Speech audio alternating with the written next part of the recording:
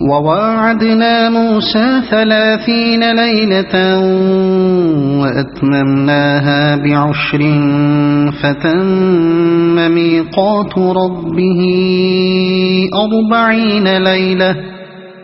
وقال موسى لأخيه هارون اخلفني في قومي وأصلح ولا تتبع سبيل المفسدين۔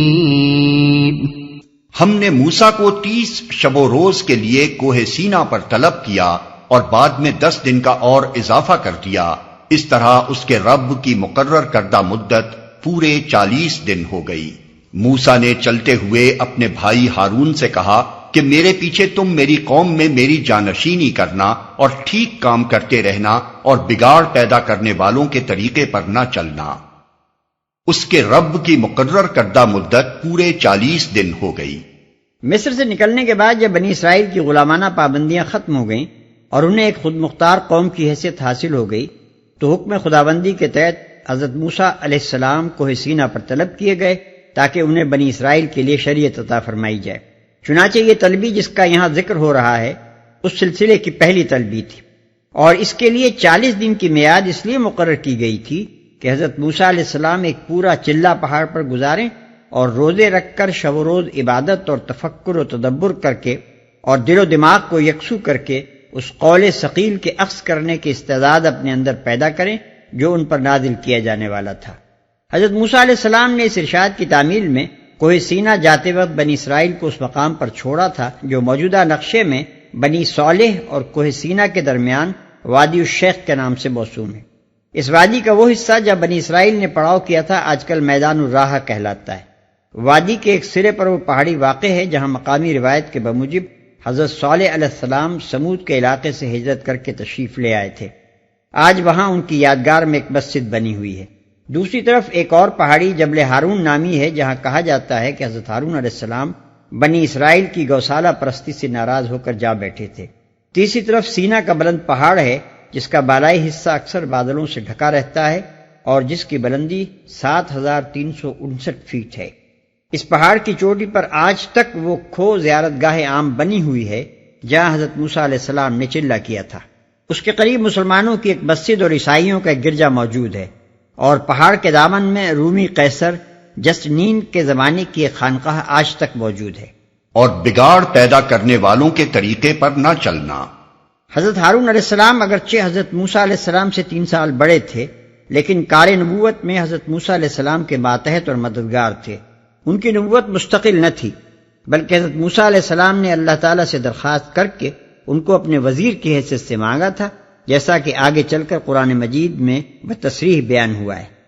وَلَمَّا جَاءَ مُوسَى لِمِيقَاتِنَا وَكَلَّمَهُ رَبُّهُ قَالَ رَبِّ أَرِنِي أَنظُرْ إِلَيْكَ قَالَ لَن تَرَانِي وَلَكِنِ انظُرْ إِلَى الْجَبَلِ فَإِنِ اسْتَقَرَّ مَكَانَهُ فَسَوْفَ تَرَانِي فَلَمَّا تَجَلَّى رَبُّهُ لِلْجَبَلِ جَعَلَهُ دَكًّا وَخَرَّ مُوسَى صَعِقًا فَلَمَّا أَفَاقَ قَالَ سُبْحَانَكَ تُبْتُ إِلَيْكَ وَأَنَا أَوَّلُ الْمُؤْمِنِينَ۔ جب وہ ہمارے مقرر کیے ہوئے وقت پر پہنچا اور اس کے رب نے اس سے کلام کیا تو اس نے التجا کی کہ اے رب مجھے یارائے نظر دے کہ میں تجھے دیکھوں۔ فرمایا تو مجھے نہیں دیکھ سکتا، ہاں ذرا سامنے کے پہاڑ کی طرف دیکھ، اگر وہ اپنی جگہ قائم رہ جائے تو البتہ تو مجھے دیکھ سکے گا۔ چنانچہ اس کے رب نے جب پہاڑ پر تجلی کی تو اسے ریزہ ریزہ کر دیا اور موسیٰ غش کھا کر گر پڑا۔ جب ہوش آیا تو بولا پاک ہے تیری ذات، میں تیرے حضور توبہ کرتا ہوں اور سب سے پہلا ایمان لانے والا میں ہوں۔ قال يا موسى إني اصطفيتك على الناس برسالاتي وبكلامي فخذ ما آتيتك وكن من الشاكرين۔ وكتبنا له في الألواح من كل شيء موعظة وتفصيلا لكل شيء فخذها بقوة وأمر قومك يأخذوا بأحسنها سأريكم دار الفاسقين۔ فرمایا اے موسیٰ، میں نے تمام لوگوں پر ترجیح دے کر تجھے منتخب کیا کہ میری پیغمبری کرے اور مجھ سے ہم کلام ہو، بس جو کچھ میں تجھے دوں اسے لے اور شکر بجا لا۔ اس کے بعد ہم نے موسیٰ کو ہر شعبہ زندگی کے متعلق نصیحت اور ہر پہلو کے متعلق واضح ہدایت تختیوں پر لکھ کر دے دی، اور اس سے کہا ان ہدایات کو مضبوط ہاتھوں سے سنبھال اور اپنی قوم کو حکم دے کہ ان کے بہتر مفہوم کی پیروی کریں، ان قریب میں تمہیں فاسقوں کے گھر دکھاؤں گا۔ واضح ہدایت تختیوں پر لکھ کر دے دی۔ بائبل میں تصریح ہے کہ یہ دونوں تختیاں پتھر کی سلیں تھیں، اور ان تختیوں پر لکھنے کا فعل بائبل اور قرآن دونوں میں اللہ تعالیٰ کی طرف منسوب کیا گیا ہے۔ ہمارے پاس کوئی ذریعہ ایسا نہیں جس سے ہم اس بات کا تعین کر سکیں کہ آیا ان تختیوں پر کتابت کا کام اللہ تعالیٰ نے براہ راست اپنی قدرت سے کیا تھا، یا کسی فرشتے سے یہ خدمت لی تھی، یا خود حضرت موسیٰ علیہ السلام کا ہاتھ استعمال فرمایا تھا۔ تقابل کے لیے ملاحظہ ہو، بائبل کتاب خروج باب 31 آیت 18، باب 32 آیت 15 اور 16، استثناء باب 5 آیت 6 اور 22۔ ان کے بہتر مفہوم کی پیروی کریں، یعنی احکام الہی کا وہ صاف اور سیدھا مفہوم لیں جو عقل عام سے ہر وہ شخص سمجھ لے گا جس کی نیت میں فساد یا جس کے دل میں ٹیڑھ نہ ہو۔ یہ قید اس لیے لگائی گئی کہ جو لوگ احکام کے سیدھے سادے الفاظ میں سے قانونی اینچ پیچ اور ہیلوں کے راستے اور فتنوں کی گنجائشیں نکالتے ہیں، کہیں ان کی موشگافیوں کو کتاب اللہ کی پیروی نہ سمجھ لیا جائے۔ ان قریب میں تمہیں فاسقوں کے گھر دکھاؤں گا، یعنی آگے چل کر تم لوگ ان قوموں کے آثار قدیمہ پر سے گزرو گے جنہوں نے خدا کی بندگی و اطاعت سے منہ موڑا اور غلط روی پر اصرار کیا۔ ان آثار کو دیکھ کر تمہیں خود معلوم ہو جائے گا کہ ایسی روش اختیار کرنے کا کیا انجام ہوتا ہے۔ سأصرف عن آياتي الذين يتكبرون في الأرض بغير الحق وإن يروا كل آية لا يؤمنوا بها وإن يروا سبيل الرشد لا يتخذوه سبيلا وإن يروا سبيل الغي يتخذوه سبيلا ذلك بأنهم كذبوا بآياتنا وكانوا عنها غافلين۔ میں اپنی نشانیوں سے ان لوگوں کی نگاہیں پھیر دوں گا جو بغیر کسی حق کے زمین میں بڑے بنتے ہیں، وہ خواہ کوئی نشانی دیکھ لیں کبھی اس پر ایمان نہ لائیں گے، اگر سیدھا راستہ ان کے سامنے آئے تو اسے اختیار نہ کریں گے، اور اگر ٹیڑھا راستہ نظر آئے تو اس پر چل پڑیں گے، اس لیے کہ انہوں نے ہماری نشانیوں کو جھٹلایا اور ان سے بے پرواہی کرتے رہے۔ جو بغیر کسی حق کے زمین میں بڑے بنتے ہیں،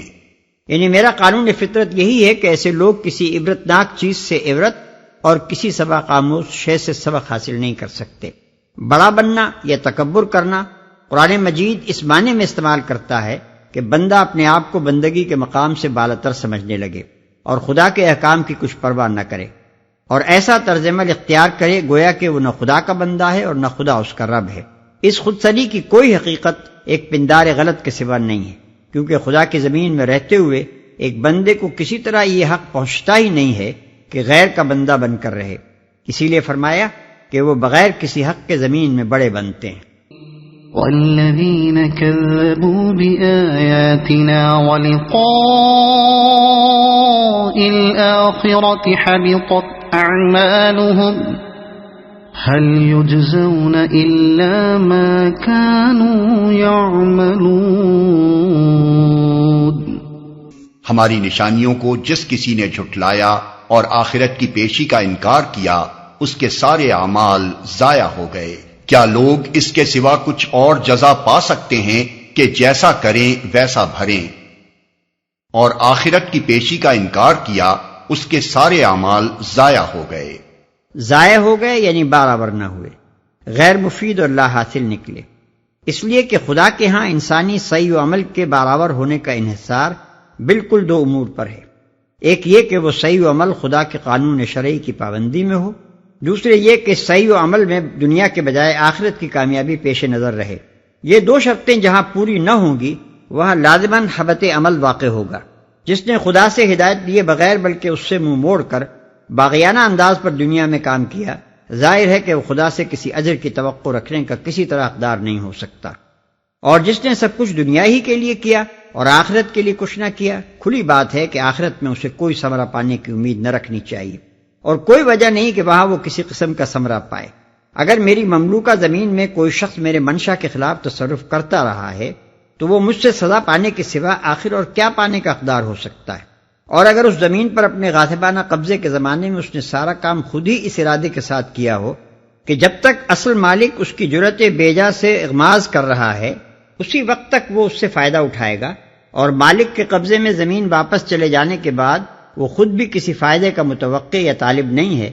تو آخر کیا وجہ ہے کہ میں اس غاصب سے اپنی زمین واپس لینے کے بعد زمین کی پیداوار میں سے کوئی حصہ خواہ مخواہ اسے دوں؟